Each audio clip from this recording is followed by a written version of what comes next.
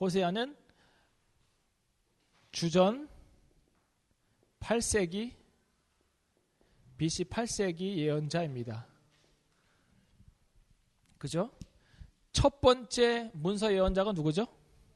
아모스. 오늘 계시니까 영어를 좀 써야 되겠네, 그죠? 아모스가 첫 번째 문서 예언자입니다. 이 문서 예언이라는 것은 예언을 선포하고 그리고 그 선포한 말씀을 기록한 것을 이야기합니다. 그리고 아모스와 동시대의 인물이 누구죠? 조나. 그리고 그 다음에 나오는 이제 선지자가 바로 호세아입니다. 호세아.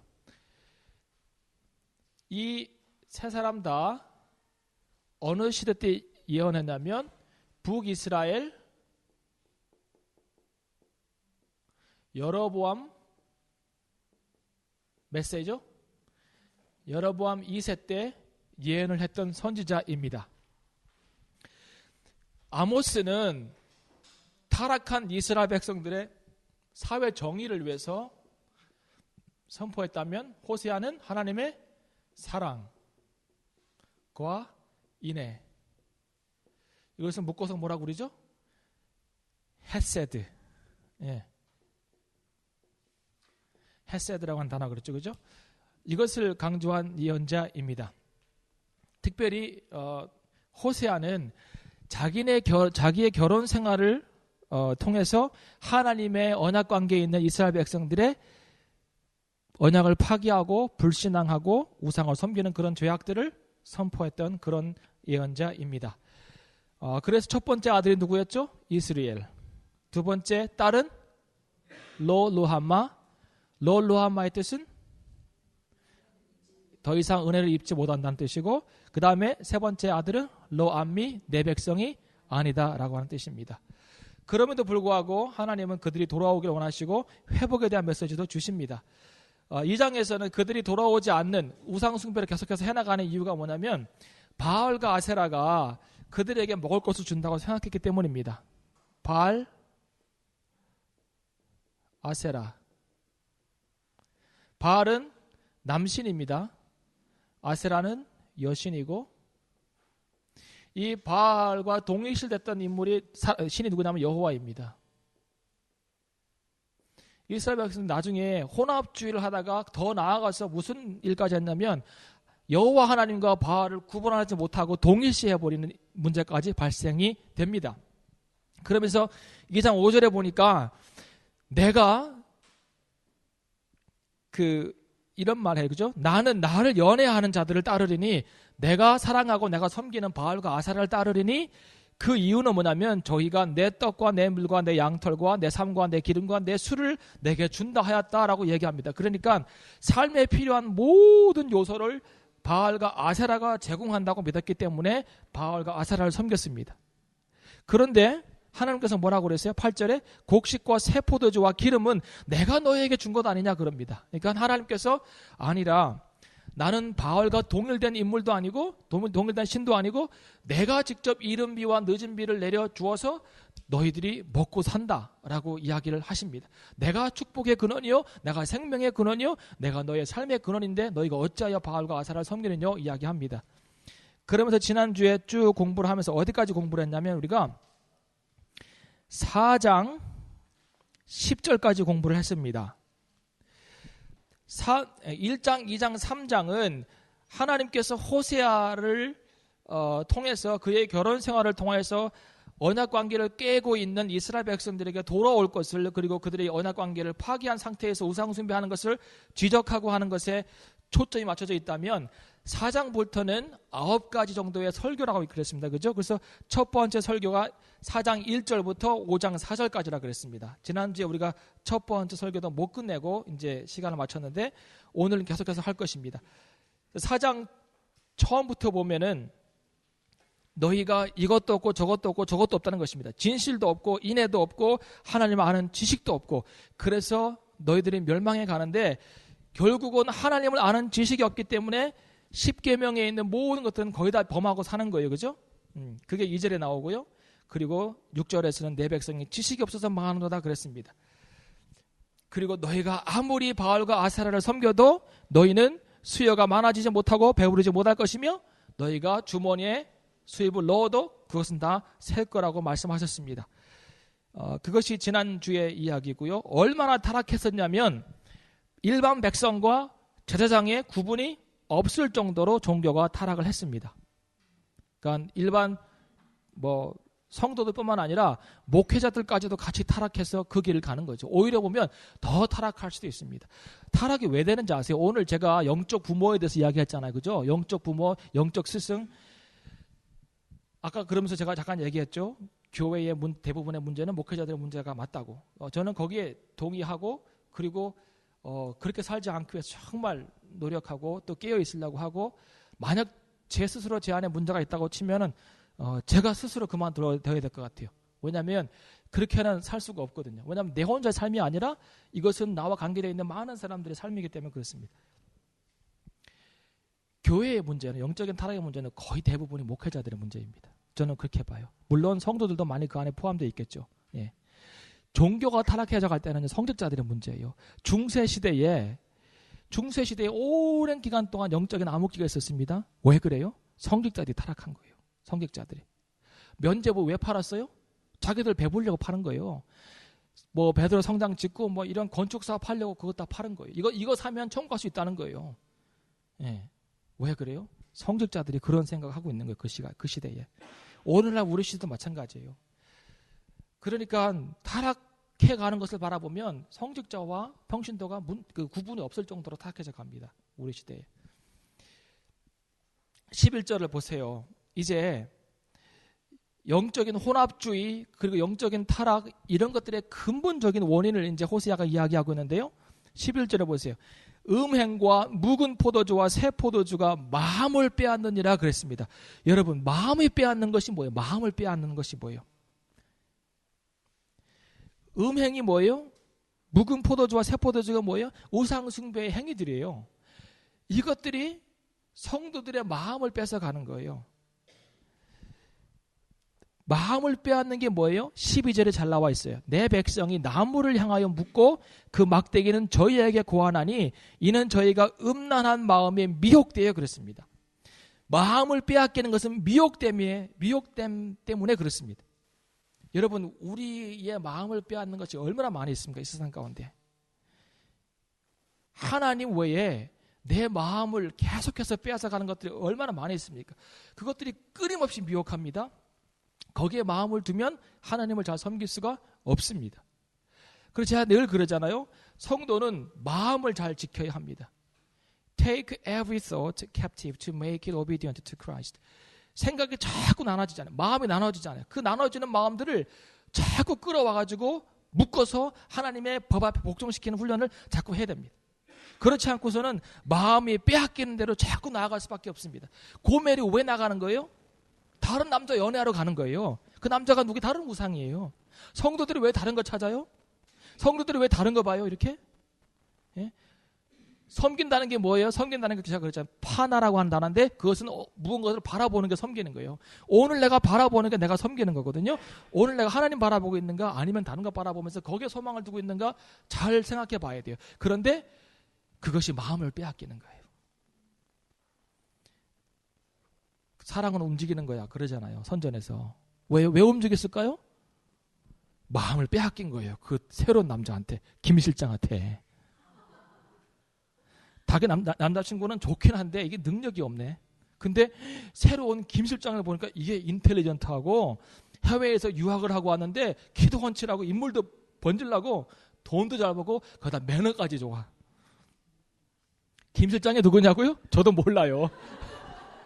가상의 인물이에요. 거기에 마음 빼앗기면요. 내가 만나고 내가 지금까지 사귀어왔던 남자 시시하게 보이는 거예요. 하나님이 시시하게 보이면 안 돼요. 그 하나님이요. 처음부터 우리와 함께 하신 분이라고요.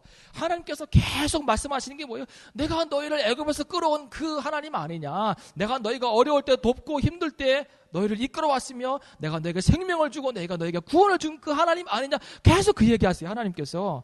왜 다른 것이 나타났다고 거기다 마음을 주고 거기에 생각을 빼앗기고 거기에 시선을 주냐 이 말이거든요. 마음을 빼앗기면 안 돼요. 성도는 마음 지키는 사람이에요. 오늘도 내일도 무슨 상황이든지 무슨 환경 가운데 있든지 마음을 지켜야 해요. 하나님 섬기겠습니다. 예. 그 마음 지키는 게 영적 스승의 모범이라고 저는 봅니다. 예. 우리 아이들이 기억할 거예요. 우리 엄마 아버지는 어떤 환경 가운데서도 마음만큼은 빼앗기지 아니하였다. 이 고백을 아이들이 하면 그 부모는 성공한 부모입니다. 예. 그런데 지들끼리 얘기하는 거예요. 야, 그때 봤지? 응? 응? 엄마 아빠 대하는 거 봤지? 응? 막 요동하더라. 이거 할까 저거 할까 막 둘이 싸우고 막 그랬지? 그러면 안 돼요. 예. 마음을 빼앗기면 안 됩니다. 근데 마음을 빼앗기는 행위가 뭐냐면 보세요. 12절에 내 백성이 나무를 향하여 묻고, 이 한국 성경은 나무를 향하여 묻고가 어떤 나무 앞에서 그 성황당의 나무 같은 거 있잖아요. 그죠? 큰 나무 있고 거기다 뭐 이렇게 천 같은 거 걸어놓고 막 이거 한다고 생각하지. 그거 아니에요. 그 살아있는 나무가 아니라 여기에서 나무는요, 나무로 만든 우상이에요. 한국 성경은 잘못 좀 번역이 되어 있어요. 나무로 만든 성경이에요. 여기 영어 성경은 제대로 나와 있어요. They consult a wooden idol. wooden idol이 뭐예요? 나무로 carving해서 만든 거예요. 조각해서 만든 거예요.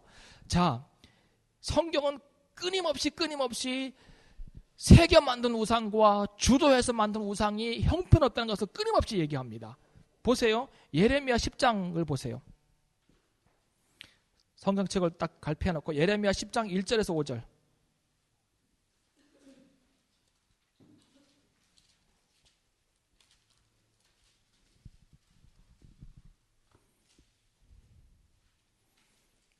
누가 한번 읽어보시겠습니까? 예레미야 10장 1절에서 5절.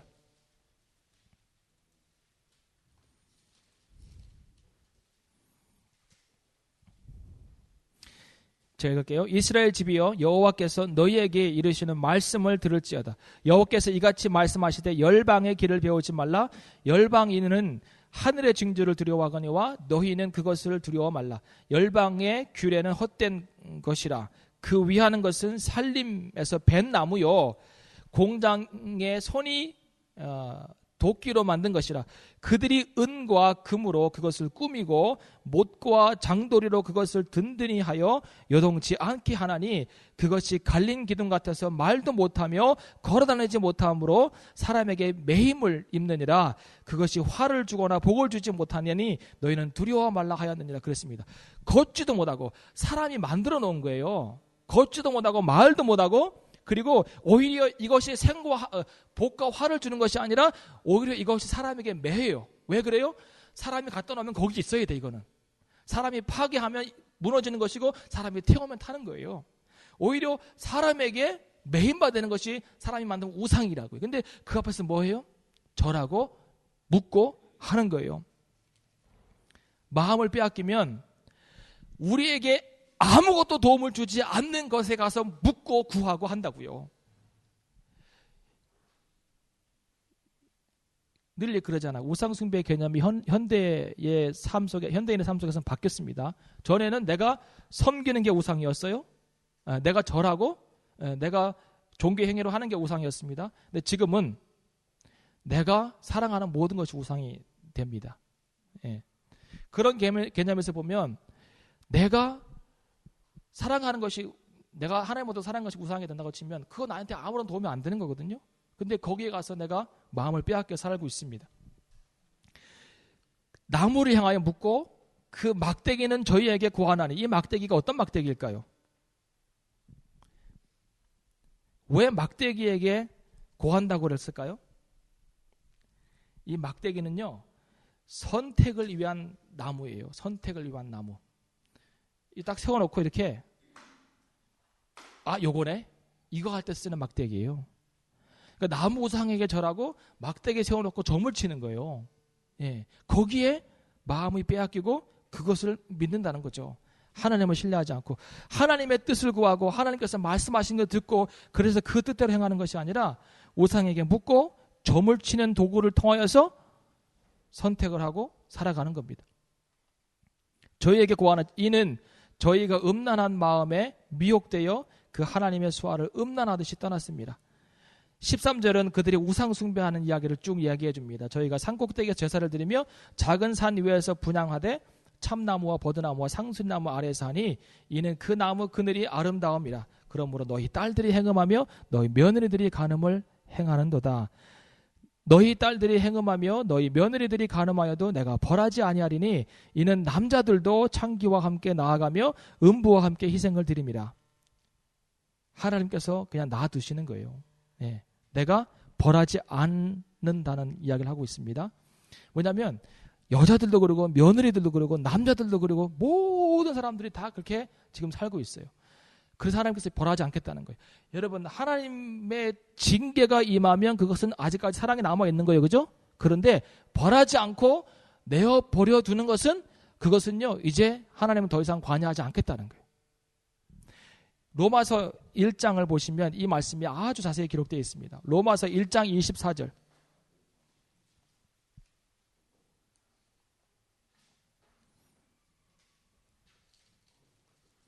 로마서 1장 24절.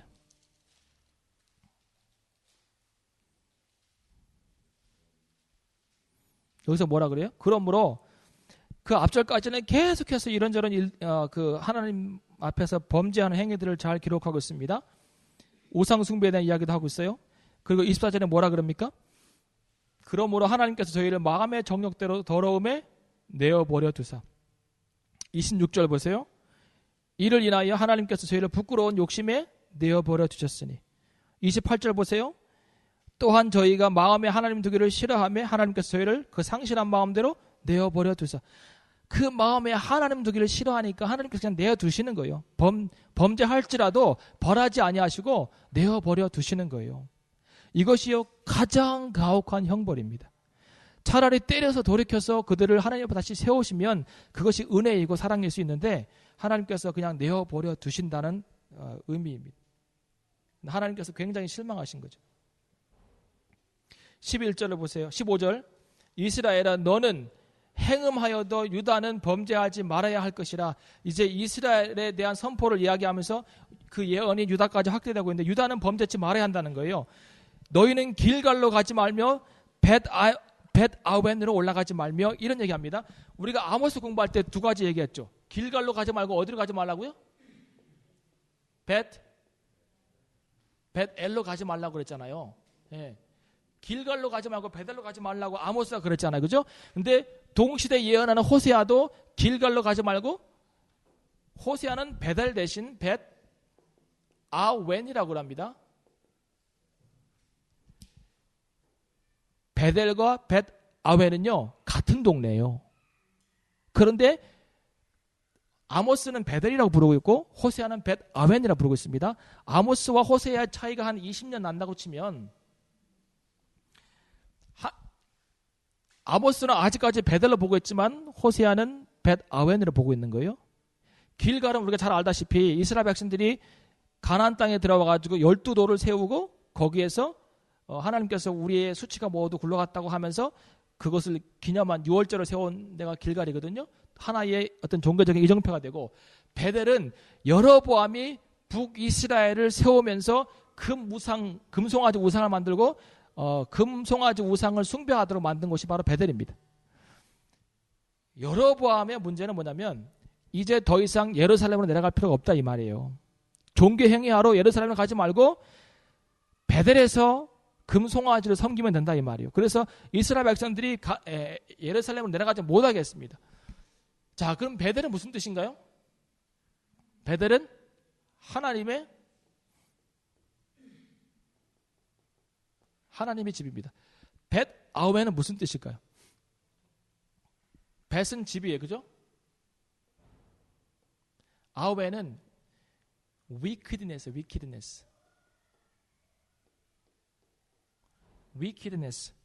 사악한 집이에요. 사악한 집.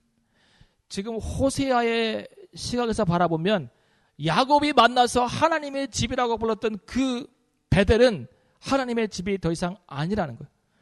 금송아지로 세워진 우상이 있는 곳이고 수많은 사람들이 와서 우상을 숭배하는 곳이 되었기 때문에 여기는 더 이상 베델로 부르지 못하고 벳아웬으로 부르는 거예요. 왜냐하면 사악한 집이 되었기 때문에 그렇습니다. 10장 5절에 보면 그 이야기가 나와요.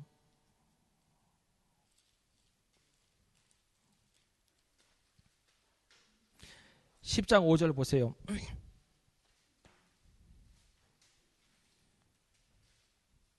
사마리아 거민이 벳 아웬의 송아지를 인하여 두려워할 것이라. 그 백성이 슬퍼하며 그것을 기뻐하던 제사장들도 슬퍼하리니 이는 그 영광이 떠나감이며 그랬습니다.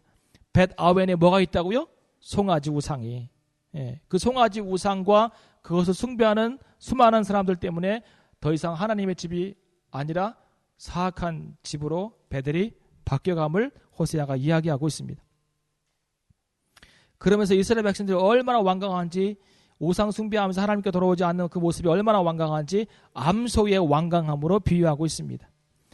그래서 보세요. 17절에 보세요. 제가 얘기한 대로 맞죠? 에브라함은 북이스라엘 사람들을 통칭하는 겁니다. 우상과 연합하니 버려두라 그랬습니다. 버려두라. Leave him alone 그랬어요.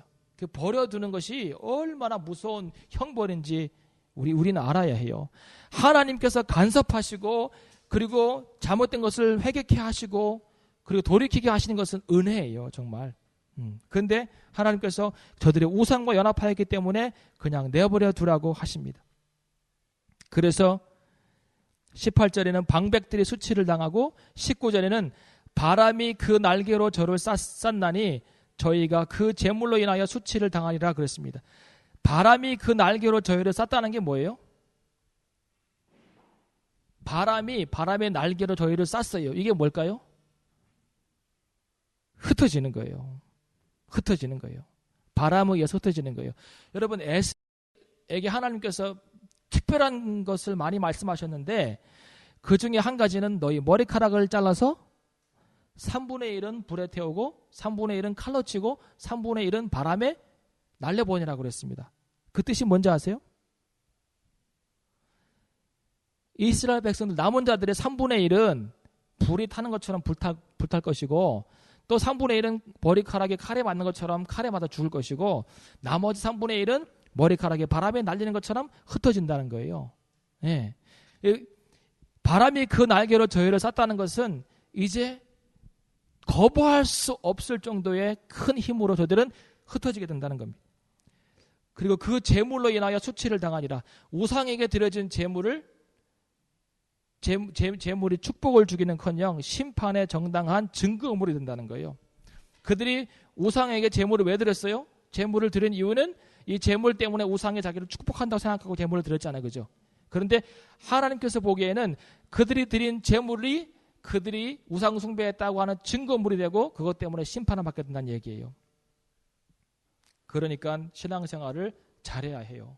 예. 우리가 하는 행위 하나가 하나님께는 심판할 수 있는 증거가 되는 거예요.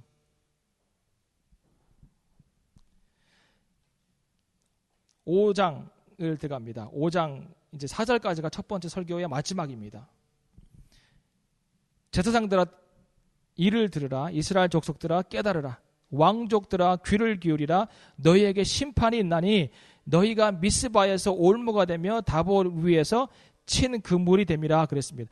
저는 이 미스바와 다볼에 어떤 특별한 의미가 있을 거라고 생각을 했거든요. 그런데 그렇진 않고요. 이 미스바와 다볼은 숲이 우거진 곳이고 여기에서 그 새를 잡는 그 행위가 많았다고 합니다. 새 사냥이 많았다고 합니다. 여기는 올무를 많이 쳐놓고 있었고 그리고 그물을 많이 쳐놓고 있었는데 새들이 미스바와 다볼에서 그물에 걸리는 것처럼 너희들도 걸릴 거라는 거예요. 아무도 빠져나감 없이 하나님의 징계의 그물에 걸릴 거라는 거예요. 패역자가 살육죄에 깊이 빠졌으며 내가 저희를 다 징책하노라. 에브라함은 내가 알고 이스라엘은 내게 숨기지 못하나니 에브라함아 이제 내가 행음하였고 이스라엘이 이미 더러웠느니라 그랬습니다. 이스라엘은 내게 숨기지 못하겠고 하나님 앞에 숨길 수 있는 것이 있나요? 없습니다. 히브리서 4장 13절을 잠깐 펴보세요. 히브리서 4장 13절.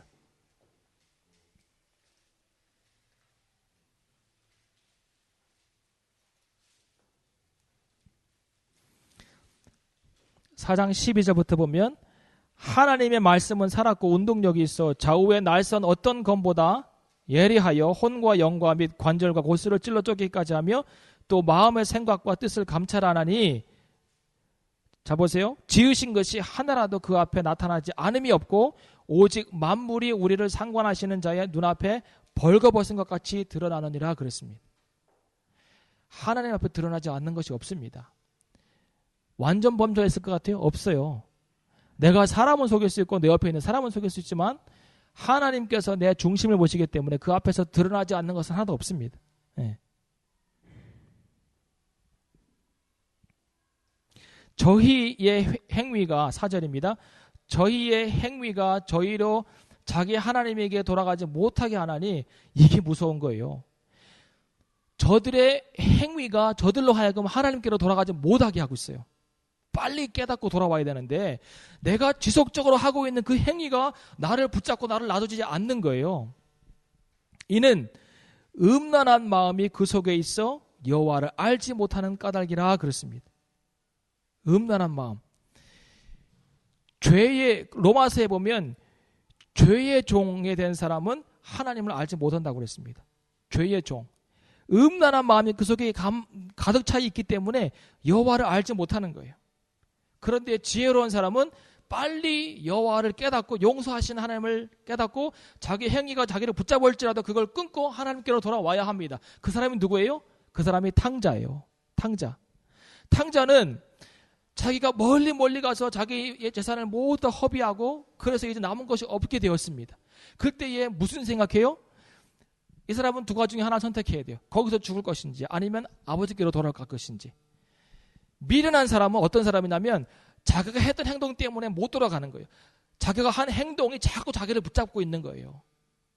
그런데 지혜로운 사람은 그 자기가 한 행동과 상관없이 아버지를 기억하고 용서하시고 다시금 품어주시고 다시금 이해하시고 안아주시는 그 아버지를 기억하고 가는 거예요. 여호와를 알지 못하기 때문에 못 돌아오는 거예요. 왜요? 어떤 여호와를 모르는 거예요? 내가 내 모든 행위들을 끊고 다시 돌아가면 내가 했던 행위와 상관없이 나를 용서하시고 나를 도우시고 나를 품어주시고 나를 이해하시는 사랑하시는 그 하나님을 알지 못하기 때문에 못 돌아오는 거예요. 제가 지난주에 얘기했잖아요. 어떤 남편이 하나님 잘 믿다가 부부관계가 좋다가 다른 여자 만나서 나갔어요. 그죠? 나가서 뭔 얘기했어요? 그 사람이? 하나님 없다고, 하나님 죽었다고 얘기했잖아요. 왜 그래요? 자기 행위에 자기가 묶여가지고 못 돌아오는 거예요. 하나님 앞에. 설령 간음죄를 범하고 그런 어려움을 겪었을지라도 그럼에도 불구하고 돌아왔을 때 하나님께서 용서하시는 그 하나님을 알고 기억했더라면 돌아올 수 있는 거잖아요. 이스라엘 백성들이 지금 못 들어오는 것은 이것 때문에 그래요. 이것 때문에. 근데 그것을 그 다음 절에는 뭐라고 얘기하냐면 교만이라고 그래요. 교만이라고. 이스라엘의 교만이 그 얼굴의 증거가 되나니 그 죄악을 인하여 이스라엘과 에브라임이 넘어지고 유다도 저희와 한 가지로 넘어지나니 그랬습니다. 하나님께로 돌아오지 못하는 이유가 첫 번째는 교만이에요. 교만. 7장 10절에 보면 그 이야기가 나옵니다.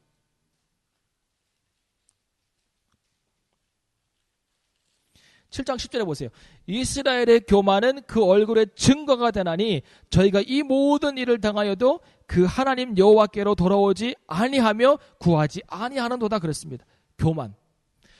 교만을 이렇게 저렇게 많이 설명할 수 있지만 교만은요, 나 혼자도 설 수 있다고 하는 게 교만이에요. 영적인 삶 속에서는. 성도의 삶 속에서는 나 혼자 스스로 설 수 있다고 하는 게 교만입니다. 나 잘났어, 난 잘생겼어, 이것도 교만이지만 성도의 삶 가운데, 교회 생활 가운데, 영적인 생활 가운데 교만은 나 혼자 설 수 있다는 거예요. 아무도 나를 부축해주지 않아도 돼요. 심지어 하나님도 나에게 도움이 안 될 때도 있다고 생각하고 나 혼자 선택하고 나 혼자 설려고 노력하는 게 교만입니다. 우상을 숭배하는 것도 교만이에요. 성도의 삶 가운데 그러면 얼마나 교만이 많아요. 우리 삶 가운데. 여러분 선택할 때 다 일일이 다 하나님께 구하고 묻고 선택합니까? 아니면 이 정도 내가 할 수 있으라고 생각합니까? 하나님 없다고 생각하는 것 자체, 하나님께로 도움이 없어도 된다고 하는 그 자체가 교만한 마음이에요. 내가 무엇을 하든지 크고 작은 일이든지 간에 하나님을 기도하고 하나님의 도우심을 구하고 그렇게 서야 합니다. 그게 겸손한 모습입니다. 하나님께 돌아오지 못하는 이유는 교만한 것이고, 그리고 그 교만 때문에 뭐 한다고요? 넘어진다고요. 넘어진다고요. 에브라임도 넘어지고 유다도 넘어지는 거예요. 교만한 사람이 하는 행위가 이거예요. 6절 잘 보세요. 교만한 사람이 뭐 하냐면 이거 하는 거예요. 저희가 양떼와 소떼를 끌고 여호와를 찾으러 갈지라도 만나지 못할 것은 이미 저희에게 하나님께서 어떻게 했다고요? 떠났다고요. 하나님이 제일 싫어하는 사람이 교만한 사람이에요. 왜 그래요? 사단이 교만해서 하나님께로부터 반역을 하고 자기 홀로 서려고 그랬잖아요. 그 이사야서에 나와요. 나중에 이제 보겠지만. 자, 교만한 사람이 하나님 없어도 된다고 하는 사람은 제가 그랬죠. 그죠? 근데 그 사람들이 뭐 하냐면 그래도 일만의 종교 행위에 양심이 있어가지고 양떼와 소떼를 끌고 여호와를 찾아간다고요. 이게 뭐예요?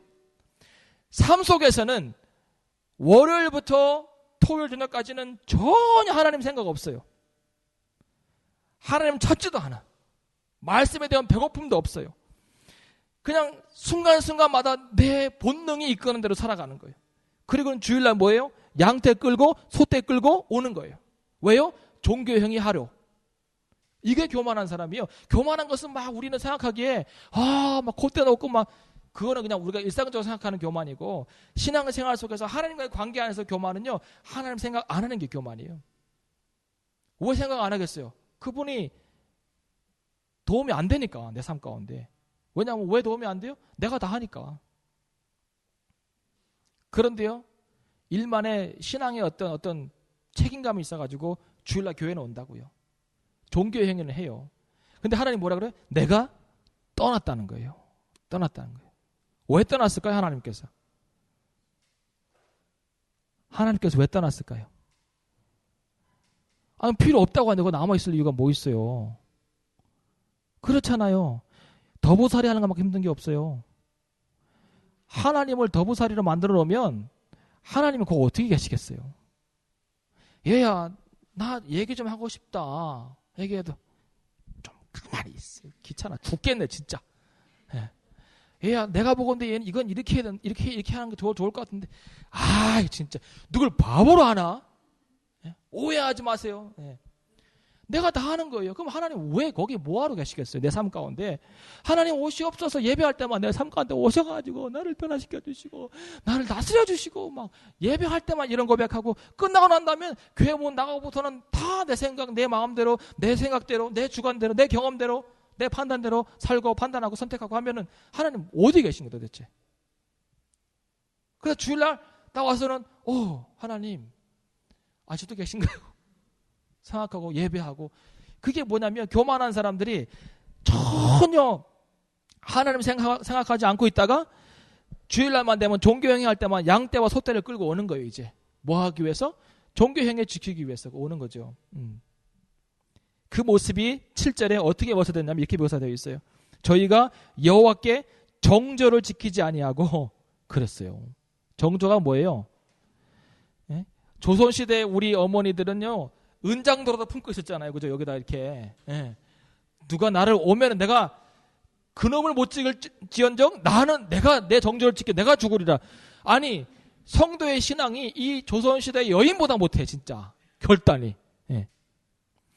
내가 저놈을 죽이지 못하면 내가 스스로 자결해서 내 정조를 지키리라. 이게 있어야 되는데 신앙의 정조도 못 지키고 나에게 유익이 되고 나에게 뭘 제공한다고 치면 다 거기 가서 그거 다 하고. 그러면 어떻게 하나님 섬기겠다는 거예요? 그러니까요, 하나님 없이 산다고 생각하면 성도는 절대 안 돼요. 정도를 지키지 아니하고 사상자를 낳았으니 정조를 지키지 아니하니까 사상자를 낳는 거예요. 사상자는 신앙의 일그러진 모습이 사상자예요. 얼마나 많은 사람들의 신앙이 일그러져 있어요. 온전치 못하고. 그죠? 정말 이거 문제인 것 같아요. 많은 사람들의 신앙이 일그러져 있어요. 영국도 그렇고 한국도 그렇고 만나는 사람들마다 신앙의 본질은 하나도 없이 신앙의 껍데기만 추구하고 있어요. 정말 긍정적인 생각, 축복, 이런 걸로 가득 차 있어요. 심지어는 은사와 은혜까지도 본질이 아니에요. 본질은 누구예요? 하나님 한 분이 우리 신앙의 본질이고 목적이에요.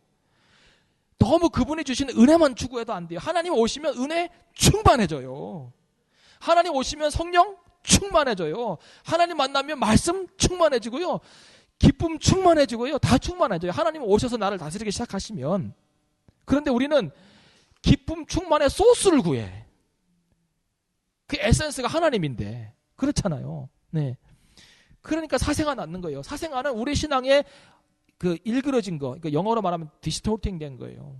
잘못된 거라고요. 그러니 세 달이 저희와 그 기업을 함께 삼키리로다. 이 세 달이라고 하는 것은요, The New Moon Festival이에요.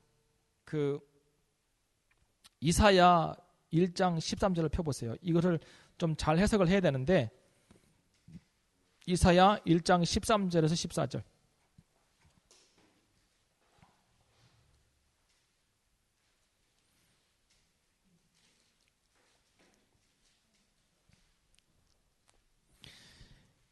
이사야 1장 13절에서 14절. 여러분, 예언서를 읽어보면 하나님께서 끊임없이 이스라엘 백성들에게 하는 얘기 있어요. 그 뭐냐면 헛된 재물 좀 갖고 오지 말라는 거예요. 도대체 신앙의 본질로 돌아가라는 거예요. 재물을 드리는 행위가 중요한 게 아니라, 예배 형식을 지키는 종교 행위가 중요한 게 아니라 마음을 좀 나에게 주라는 거예요. 헛된 재물을 다시 가져오지 말라. 분향은 나의 가증이 여기는 바요. 월삭과 안식일과 대회로 모이는 것도 그러하니 성회와 아울러 악을 행하는 것을 내가 견디지 못하겠노라. 하나님께서 그냥 주일날 교회에 한번 와서 예배드리고 돌아가는 것을 통하여서 하나님을 잘 섬긴다고 하는 그 야박한 마음에 지금 뭐예요? 내가 견딜 수 없다는 거예요. 소와 양떼는 끌고 와가지고 잡아가지고 제사를 드리면서 평상시에는 하나님을 생각하지 못하고 그분과 교제하지 않고 기도하지 않고 하나님을 생각하지 않고 의지하지 않는 그 모습 때문에 견딜 수 없다는 거예요. 영어 성경은 I'm sick of it. 정말 sick이 뭐예요? sick이 뭐예요? 아프잖아, 그죠? 아플 정도로 아주 그냥 진절머리 난다는 거예요. 진짜 가져오지 말라는 거예요. 가져오지 말라는 거예요. 어떤 안 좋은 행위나 그런 사람 보면 정말 나는 이제 진절머리 나 진짜 저 사람 이렇게 하잖아요. 하나님께서 그 표현을 쓰셔가지고 나는 정말 I'm sick of it. I'm sick of what you are doing for me. It's not for me. 이건 나를 위한 것이 아니라는 거예요. 너희의 종교적 행위의 만족을 위해서 하는 것이지. 여기에 월삭이 있어요. 월삭이 아까 뉴문이고 세 달이에요. 뉴문 페스티벌.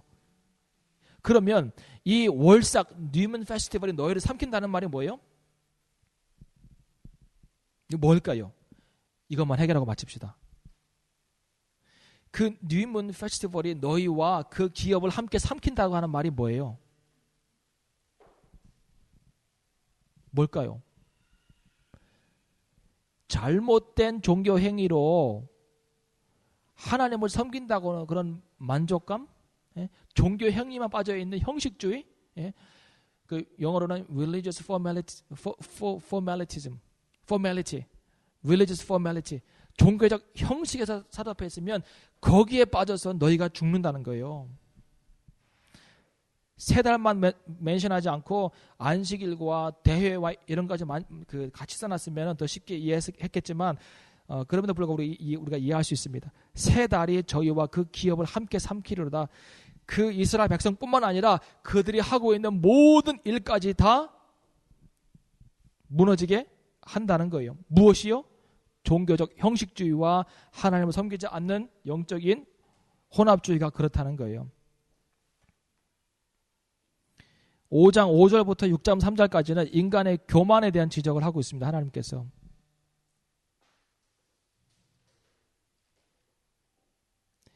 이 교만 때문에 이제 하나님이 심판하시는 거예요. 8절은 나팔을 불며 호각을 불라고 그랬죠? 나팔과 호각을 부는 것은 전쟁을 알리는 경고입니다. 경고.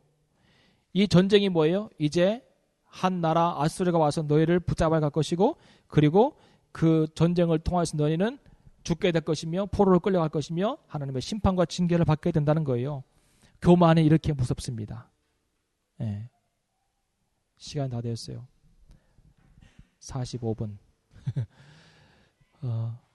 오늘 우리가 배운 것 중에 가장 중요한 것은 어느 때나 무시로 성령 안에서 기도하고 어느 때나 무슨 상황을 만나든지 간에 하나님을 의지하는 게 중요합니다. Trust in God. 하나님을 신뢰하고 의뢰하고 그분 없이는 내가 한순간도 호흡할 수 없고 그분 없이는 내가 한 발짝도 갈 수 없고 그분 없이는 어떤 것 선택할 수 없다고 하는 이 분명한 신앙의 기초를 세우고 살아가야 교만하지 않는 거예요. 그 아버지 되신 하나님을 우리가 그렇게 섬기고 그렇게 붙잡고 나아갈 때 그분께서 말씀하실 겁니다. 영적인 친밀함이라고 하는 것은 그런 거예요. 인정하는 거예요. 하나님을. 예. 하나님의 하나님 되심과 하나님의 내 인생의 주인 되심을 인정하는 것이 영적인 친밀함의 시작이에요. 그런데 하나님의 하나님 되심과 하나님의 주인, 내 인생의 주인 되심을 인정하지 않고 기도만 한다고 내 거 이거 응답해 주시고 이거 내려 주시고 이거 해결해 주시고 얘도 잘 되게 해 주시고 이거 한다고 친밀감 안 생겨요. 전혀 안 생겨요. 네. 친밀감은 그분을 인정하는 거예요. 아버지가 내 인생의 주인입니다. 아버지가 말씀하시는 대로 저는 따릅니다. 어떠한 어려운 것을 말씀하셔도 나는 아버지의 말씀만 행합니다. 이것이 영적 친밀감의 시작입니다. 한 주도 겸손하게 주님 앞에 무릎 꿇고 하나님을 만나는 영적인 경험과 체험이 있은 이후에 다시 만나기를 소망합니다. 기도하겠습니다.